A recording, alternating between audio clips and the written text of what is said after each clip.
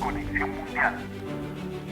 Continuamos con más información internacional. Precisamente como lo anunciábamos antes de irnos a la pausa, vamos a analizar qué está ocurriendo entre Rusia y Ucrania, por qué se involucran países como Estados Unidos y otros también en este proceso, en esta crisis, en este conflicto.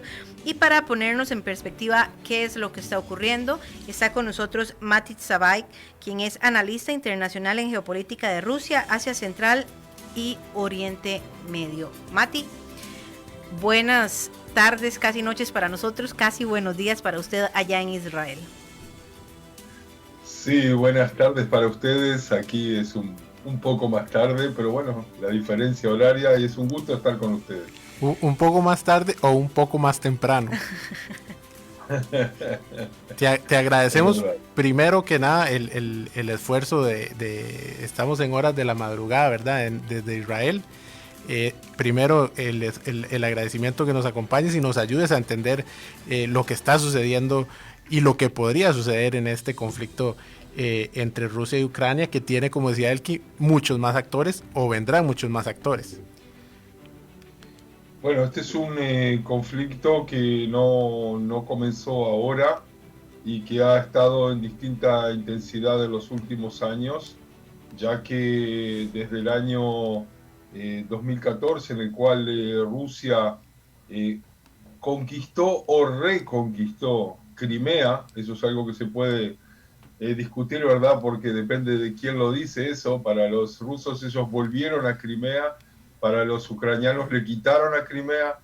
Desde ese momento las tensiones se pusieron en forma muy altas, ya que también el gobierno prorruso que había en Ucrania terminó siendo echado por el pueblo, lo que se llamó la revolución de Maidán, con Yanukovych, que fue el presidente ucraniano prorruso que se escapó a Rusia, y ahí entraron en un proceso democrático en el cual están hasta hoy en día, como un país que se separó un poco más de su tradición soviética, digamos, y se acercó a Occidente.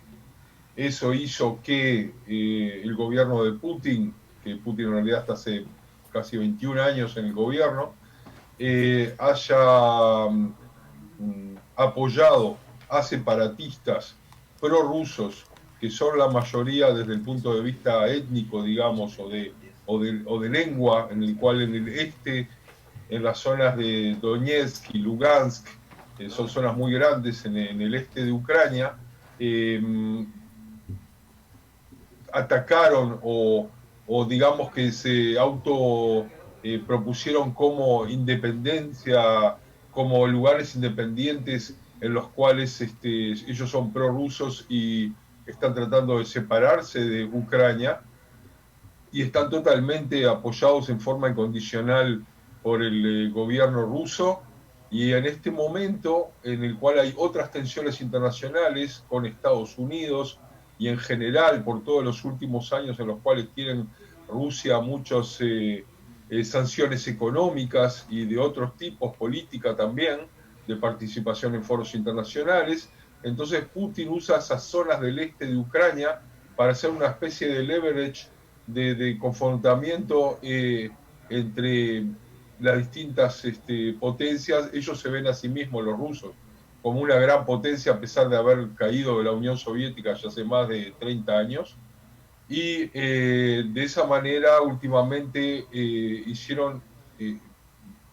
movieron muchísimas tropas hacia el este ucraniano, hacia la frontera con Rusia, más de 100.000 soldados y todo tipo de equipos, incluso con cazabombarderos que tienen poder nuclear y un montón de aparatos muy agresivos, que en el caso de una conflagración podría ser algo realmente que no se vio muchísimos años. Por otro lado, en el mundo se piensa que es una manera de provocar a que Biden cambie su parecer y su forma de actuar frente a Rusia, en la cual ha vuelto Estados Unidos a ser muy agresivo en contra de Rusia y en contra de las sanciones, luego de 4 años de la época de Trump, en que trató de distender las relaciones entre ellos, y ahora nuevamente hay muchísimos focos de tensión. Yo diría que son como 10 puntos diferentes en los cuales ambos países tienen grandes diferencias, pero si quieren puedo entrar adelante, más adelante, en lo que son esos puntos de diferencia entre ellos. Sí, Mati, de hecho yo creo que para poder también entender un poco desde esta parte del mundo la situación origen, ya usted mencionaba en el 2014 la toma, la posesión de Crimea por parte de Rusia. Esto tiene un poco de contexto, tiene un poco de historia que yo creo que no deberíamos dejar por fuera para poder también ir creándonos esa idea y ese escenario, porque Crimea además es un punto estratégico bastante importante militarmente hablando para ambas naciones, pero con mayor fuerza para Rusia, y eso también es importante destacarlo. E incluso en su momento, en el pasado, tuve la oportunidad de estudiar un poquito sobre este tema, específicamente de Crimea, y un experto leía y escuchaba una noticia en ese entonces, hace ya algunos años, que decía que esto incluso de haberse manejado de una forma diferente por Rusia, podría haber provocado una tercera guerra mundial. ¿Es esto cierto? ¿Lleva tanta fuerza este conflicto como para que esto pudiera haberse desencadenado en ese momento o ahora incluso en un conflicto más fuerte? Y poner en contexto un poco la importancia también de esta zona Crimea. Crimea, desde el punto de vista geográfico, tiene, o sea, está rodeada por el Mar Negro en toda su parte este, oeste y sur, y en toda su parte norte por el Mar de Azov, que es un mar que digamos, está a lo largo de toda la frontera noreste con Rusia. Pero eso no es lo importante. Lo importante es que Crimea es históricamente un lugar, bueno, hace 400 años fue conquistada también por otros poderes, fue rusa durante mucho tiempo, y en los años 50, cuando todavía era parte de la Unión Soviética, se la dieron digamos, en forma simbólica, se la dieron de regalo a Ucrania, porque la Unión Soviética no podía, o sea, seguía teniendo su conformación como distintos estados, pero no se veían a sí mismos como estados que se iban a caer y a separar nuevamente. Entonces quedó como parte, porque geográficamente parece parte de Ucrania, pero ahí además también había toda la flota de la Unión Soviética, de la Navy de la Unión Soviética, o sea, de todas las fuerzas del mar, todos estaban ahí, y cuando Ucrania se hizo independiente, entonces como que tuvo que separarse de Rusia, y Rusia perdía un lugar estratégico, el único que salía como puerto a un mar de aguas calientes, porque en Rusia, que es gigantesca, en todo el norte no tiene puertos de aguas calientes en los cuales pueda usar todo el año el puerto, sino que gran parte del año están congelados. Entonces, desde todo punto de vista es muy estratégico. Y además está la parte psicológica.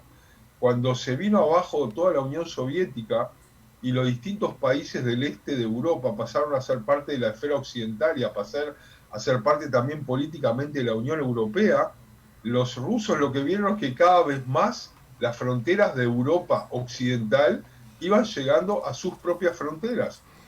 Entonces, en este momento, los países bálticos, Polonia, etcétera, todos están ya, Hungría, con tropas de la OTAN sobre frontera rusa. Y el hecho de que también perder, entre comillas, a Ucrania para que sea parte de Europa, que sea parte de la cultura occidental, y que tengan incluso tropas de la OTAN sobre la frontera rusa, es una afrenta que para los rusos es muy, muy grande, y es como una especie de línea roja en la cual no quieren pasar, y por eso también pasó lo que sucedió con estas zonas, esos territorios semi-independientes de Lugansk y Donetsk, que le llaman, en los cuales los prorrusos están tratando de hacer una zona independiente que se separe de Ucrania, y que no deje tanto entrar dentro de Rusia a tropas que en el futuro podrían ser tropas de la OTAN, bien profundo frente a la frontera rusa. Entonces, desde todos esos puntos de vista, para Putin eso es una afrenta, pero la palabra no puede ser solo afrenta, porque estamos en un mundo real en el cual hay intereses económicos, en el cual, por supuesto, no se olviden que Europa está por llegar el invierno, necesitan de mucho gas y la principal suministradora de gas es Rusia hacia Europa, y además están haciendo un nuevo gasoducto hacia gigantesco desde Rusia hacia Europa, que se llama el Nord Stream 2, estaba el Nord Stream 1 ya, y Alemania y todos los países de Europa no quieren dejar de recibir ese gas. Entonces, por un lado, tienen muchas críticas y hacen sanciones contra el régimen de Putin, y por otro lado, están tratando de recibir suministro de gas. Entonces, están todos unos contra otros en una posición de chantaje mutuo. Y todo eso en el medio de que también, con todas las diferencias que tienen con Estados Unidos, se les han puesto más y más sanciones, más que nada económicas, sobre gente allegada a Putin y que tiene mucha fuerza económica, que no puede descongelar cuentas en Suiza o en Estados Unidos mismo que tenían. Y todo eso junto hace que haya una gran tensión. Precisamente yo quería preguntarle sobre esto de la OTAN, de las líneas rojas. ¿Qué tanto peso, qué tanto influye la presencia de militares de la OTAN en las líneas fronterizas alrededor de la zona de Rusia? ¿Qué tanto peso tiene para que Putin definitivamente esté negándose a la presencia de la OTAN en Ucrania? ¿Qué tanta trascendencia? Y además un poco, ¿verdad?, reforzar lo que usted mencionaba ahora, el choque de ideologías políticas con las necesidades económicas también en la región es parte de lo que se desencadena para que no existan conflictos incluso mayores. Desde el punto de vista de diferencias de ideologías políticas, quiero recordarles que ya no existen. Es decir, la Unión Soviética y su ideología comunista cayeron en el año 89, 90 o 91 en forma total, hace 30 años. O sea que estamos entre un mundo occidental capitalista frente a Rusia, que es un país, incluso he vivido allí desempeñándome como diplomático, casi 6 años. Rusia no tiene nada de comunista, incluso es un capitalismo bastante salvaje.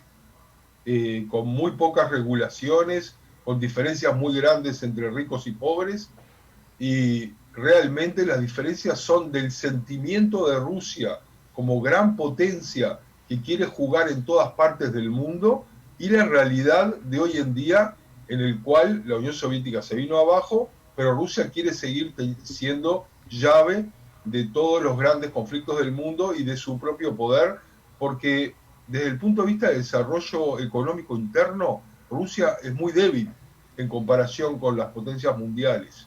Incluso ya no se trata solo de Estados Unidos o Europa, también de China, de Corea, de Japón. O sea, está mucho menos desarrollada en forma interna, pero quiere seguir teniendo esa fuerza geopolítica y militar en la cual se imponen como gran potencia. Y eso siempre juega dentro de Rusia la mentalidad de la gente: somos una gran potencia, nos tienen que tener en cuenta como una de las dos grandes potencias del mundo con Estados Unidos. Y la realidad es frustrante para ellos porque no es así. Por otro lado, amenazan con guerra y usan el hecho de que la OTAN se acerque a sus fronteras con esos argumentos. Pero no hay que olvidarse que en un mundo de la posguerra, o incluso el mundo de la posguerra fría, o sea, luego del 90, no han habido guerras, ni creo que vaya a haber guerras, por lo menos que sean con iniciativa de Europa o de Estados Unidos contra Rusia. O sea, cuando Rusia se enojó con Georgia en el 2008, atacó Georgia, nadie se metió. Cuando ahora se hicieron todos estos movimientos ayudando a los pro-independentistas de la zona de Donetsk y Lugansk en el este de Ucrania, todos protestaron, les pusieron sanciones, pero nadie se metió militarmente. Nadie quiere meterse militarmente con Rusia, primero porque es un gran poderío militar y segundo porque tiene muchísimo poderío nuclear. Nadie quiere llegar por unas zonas bastante subdesarrolladas a poder llegar a una tercera guerra mundial por ellas. Por otro lado, todos sabemos cómo empieza una guerra, nadie sabe cómo termina. Todos sabemos cómo empezó la Primera Guerra Mundial, en la cual se mató, ¿verdad?, a una persona de la nobleza en Yugoslavia, y luego de ahí todos empezaron a amenazarse los unos a los otros y se desató la terrible Primera Guerra Mundial.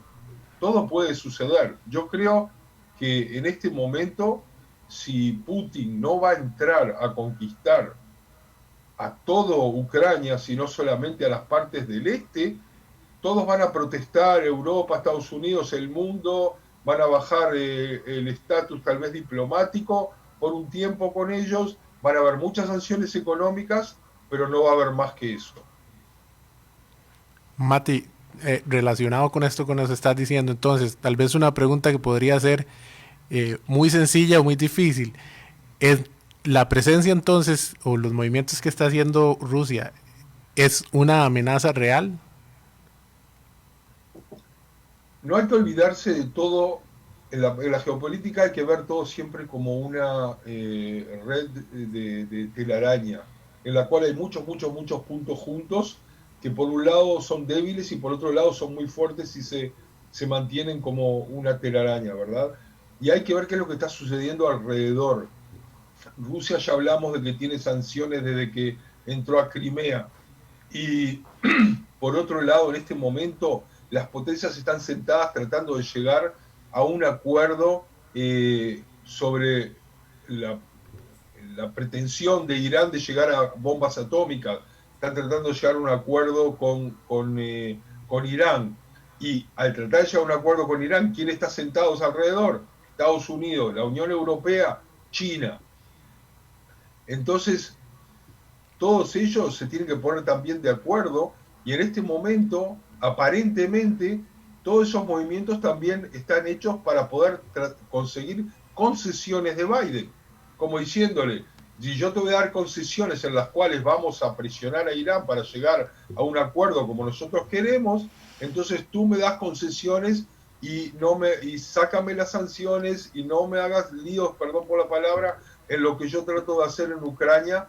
Y hay otros temas también. No se olviden que también está el tema de Bielorrusia, por ejemplo. Uh-huh. En Bielorrusia está lo que se llama el último dictador de Europa, que es Lukashenko, que es un aliado 100% de Putin. Uh-huh.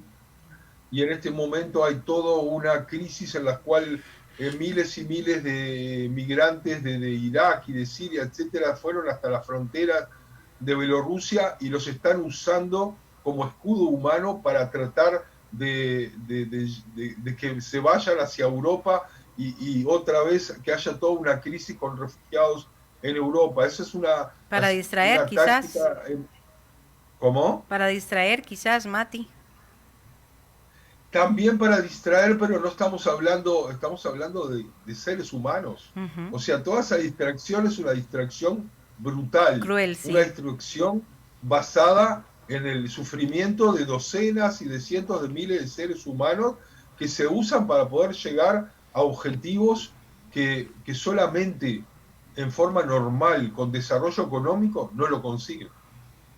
Y que han generado también el malestar en la Unión Europea. El mismo Polonia, que es el principal afectado en este momento de esta situación, pues ha estado bastante incómodo y molesto con la crisis migratoria que se ha estado generando, y a pesar de que responsabiliza a la dictadura de Lukashenko, también dice que el principal gestor de todo esto es Putin.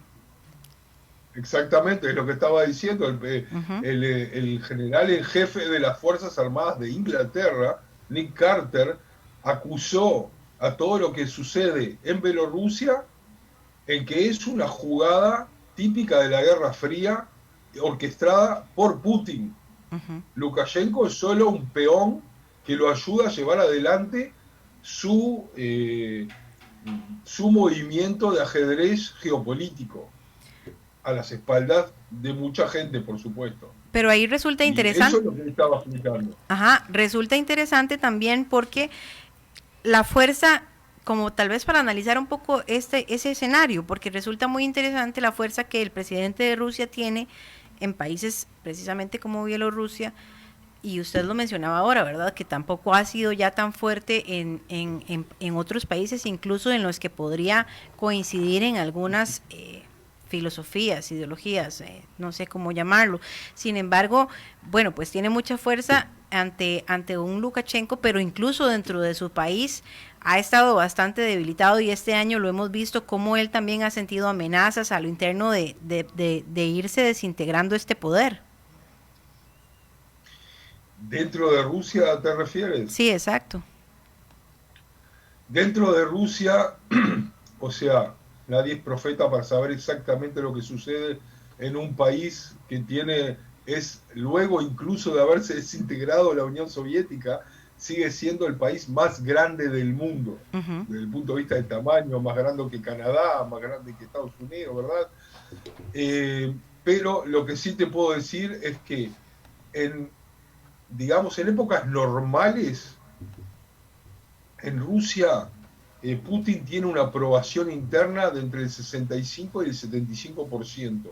Y cuando lleva adelante ciertos, digamos, respuestas frente a crisis, como por ejemplo cuando hubo ataques terroristas islámicos o cuando entraron a Crimea, perdón, el índice de aprobación llegó a 88, 89, 90% de la población. Y yo les puedo asegurar que habiendo vivido allá, incluso si se toma en cuenta de que hay mucha manipulación de los datos están muy cerca de la verdad. El pueblo ruso pasó muchas crisis y muchas cosas muy extremas. El hecho de que haya caído la Unión Soviética, para nosotros lo vemos desde Occidente tal vez como algo normal. Ellos no lo ven como algo normal. Como parte de la historia. Más de 70 años de comunismo. Lo que vino en los años 90 fue una situación en la cual se empezó a gestar una democracia que no llegó a ser una democracia plena.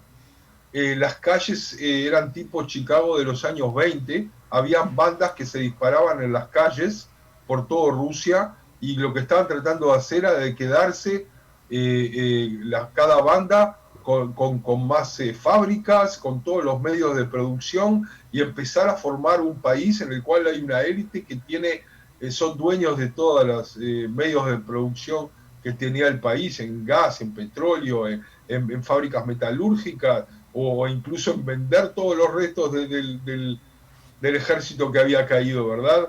Todas esas cosas se siguen viendo hasta hoy en día. Pero cuando vino Putin en el año 2000, fin del 99, principio del 2000, entonces a partir de ese momento puso orden, y hoy en día no es agradable incluso decirlo, pero el ruso promedio no le interesa ni la palabra democracia ni la palabra derechos humanos, le interesa solamente la palabra estabilidad. Putin les dio estabilidad y hasta hoy en día lo siguen apoyando, porque Rusia es un país no solo gigantesco en tamaño, sino que tiene alrededor de 170 etnias diferentes dentro de sí. O sea, podría explotarse en distintos crisis y guerras civiles, y sin embargo consiguieron tener un país unido, y tenerlo unido tiene un precio muy caro, tiene un precio muy alto, que es crear todo tipo de conflictos frente al mundo, en el cual la mayoría de los rusos se concentran y se cierran en una especie de rusismo nacionalista en el cual los mantiene unidos. Hay varias cosas que dentro de Rusia hasta hoy en día los mantienen unidos. Por ejemplo, el recuerdo de la victoria sobre los nazis en el 45. En Rusia, el que vive en Rusia lo sabe, se vive como si hubiera terminado ayer de tarde. Para unos algo que pasó hace 75, 80 años, para ellos sigue siendo vivo, y lo sienten en la carne, en la piel, porque son todos hijos o nietos o bisnietos de gente que luchó y le ganó a los nazis. Y hasta hoy en día eso es algo que los une como país ruso. Yo no estoy hablando ni a favor ni en contra, estoy hablando de algo que sucede y que hay que entender un poco la psicología de los rusos, que se ven de alguna manera amenazados en sus fronteras, en lo que podría ser en el futuro otra guerra contra los rusos. Ellos siempre se ven con una especie de frustración en la cual quieren mostrar al mundo que tienen una gran cultura, que tienen lo que ofrecer al mundo y que el mundo no los entiende. Y eso es algo que se ve con cada persona que uno habla dentro de Rusia. Y se ve en los actos del gobierno. Es parte de todo lo que está sucediendo también. Mati, ya nos queda muy pocos minutos. Retomando un poco el conflicto entre Rusia y Ucrania, esta semana el presidente de Estados Unidos, Joe Biden, incluso sostuvo una reunión virtual con el presidente de Rusia en el que sí le afirma, ¿verdad?, que evite un confrontamiento con Ucrania, el despliegue de tropas, que son más de 90,000 efectivos en la frontera, y el presidente de Rusia, Putin, le asegura que no hay ningún plan, por lo menos de invasión rusa a Ucrania. Sin embargo, sí se especula que podría haber a principios del próximo año un movimiento que podría aumentar a 175,000 incluso los efectivos presentes. Sí, para agregar ahí, según lo que dice el Servicio Secreto de Estados Unidos, podría llegar a 175,000. En esta reunión también, Mati, para saber si es un punto a tomar en cuenta, Biden habla no de presencia militar en este momento, pero sí de sanciones económicas. Estas sanciones económicas realmente pesan o pesarían para que Rusia haga o no haga algún movimiento. Las sanciones económicas seguirían otras sanciones económicas que están en este momento sobre Rusia, desde que se hizo hace años atrás algo que se llamó la Carta Magnitsky, que es sobre una persona, un disidente, en el cual mostró todos los problemas internos y la forma de actuar de la gente alrededor de Putin, por la cual se les pusieron muchísimas controles a sus fortunas personales en Europa, en Estados Unidos, y un montón también de limitaciones a exportaciones, etcétera, por lo cual ya en su momento, incluso después de Crimea, de lo que pasó en Crimea, Rusia se había ya enfrentado a todas esas sanciones, por ejemplo, con contrasanciones. Por ejemplo, dejó de comprar quesos y embutidos europeos, que a los rusos les encanta, y mostraban por la televisión en los noticieros cómo la gente, los importadores que traían quesos y embutidos, los hacían pilas en las calles y los pasaban por arriba y los aplanaban y los destrozaban. Decían, nosotros no vamos a comprar cosas europeas, vamos a hacerlas por nuestra propia cuenta. O sea, todo ese tipo de cosas que en realidad en los hechos luego no se dan. Hay contrabando, hay mercado negro, porque las élites rusas quieren seguir teniendo relación con Occidente, y ese es el punto débil que siempre tiene Rusia, que por un lado habla en forma independentista y habla en forma de que nosotros no le prestamos a Occidente, por el otro lado dependen de Occidente y están muy muy dependientes, incluso todos tienen casas en Inglaterra o en otros países, digamos de toda la élite, que son varios cientos de miles de personas en Rusia. Si van a haber nuevas sanciones, van a ser sanciones a más cuentas de más gente allegada a Putin para que le duelan el bolsillo, pero de alguna manera siempre saben cómo saltearla con todo tipo de trucos, pasando el dinero a nombre de otros, etcétera. Se sabe que a largo plazo eso no dura. Lo que sí querían hacerle como forma de que le duela es desconectarlo del SWIFT, o sea, del sistema internacional en el cual se puede convertir el rublo, la moneda rusa, en dólar. Que también desde hace años dentro de Rusia se dice, vamos a hacer un sistema paralelo junto con China para poder no estar dependiente de ese SWIFT, y amenazan con eso, pero nunca lo hacen. Entonces, porque realmente el gran mundo y los grandes capitales no se mueven de la manera que ellos quisieran. Entonces, por un lado sí le va a doler, por el otro lado, a largo plazo van a saber cómo saltear esos problemas, o sea que ese no sería el final, pero entonces habría un gran problema si realmente van a invadir a Ucrania, o incluso pueden haber otros tipos de escenarios más locos tal vez, pero que podrían suceder, como que hablan de Ucrania, ponen muchísimas tropas sobre la frontera con Ucrania y al final terminan invadiendo un país báltico como Estonia o Lituania, y eso realmente ya sería apocalíptico porque estaría obligando a la OTAN y a su aliado, que es Estados Unidos, de alguna manera a confrontarse militarmente, y se sabe cómo se empieza, como les dije, no se sabe cómo termina. Yo no creo que se llegue a eso, creo que todo esto va a llegar a algún tipo de arreglo diplomático, pero que va a tener concesiones que a nadie le va a gustar. Mati, muchísimas gracias, se nos ha acabado el tiempo. Nos da una perspectiva bastante amplia de lo que está ocurriendo y de lo que podría ocurrir. Habrá que esperar. El paso del tiempo es el que tiene la verdad al final. Muchas gracias por acompañarnos y de verdad muy agradecidos porque sabemos que para usted ha sido un esfuerzo mayor levantarse a las 2 de la mañana de Israel. No, me ha costado ver películas francesas hasta hace un rato, así que está todo bien. Muchas gracias, Mati. Muchas gracias. Bueno, muchas gracias a ustedes y excelente programa. Muchísimas gracias. Gracias. Y nosotros también, Luis, nos toca despedirnos de esta hora de programación. Recuerde que el próximo viernes tenemos una edición especial, un cierre de año bastante interesante. Vamos a ver cómo nos sale ese resumen anual. A las 5 de la tarde, de 5 a 7, estaremos en vivo en Conexión Mundial a través de Radio Nacional de Costa Rica y también, por supuesto, en Facebook, en Radio Nacional también de Costa Rica, se llama el Facebook en el que nosotros estamos transmitiendo. Así que estamos esperando ansiosos también ese viernes, que va a estar bastante interesante, esperemos. Así es, así que muy buenas tardes y los dejamos con 13 Costa Rica Noticias.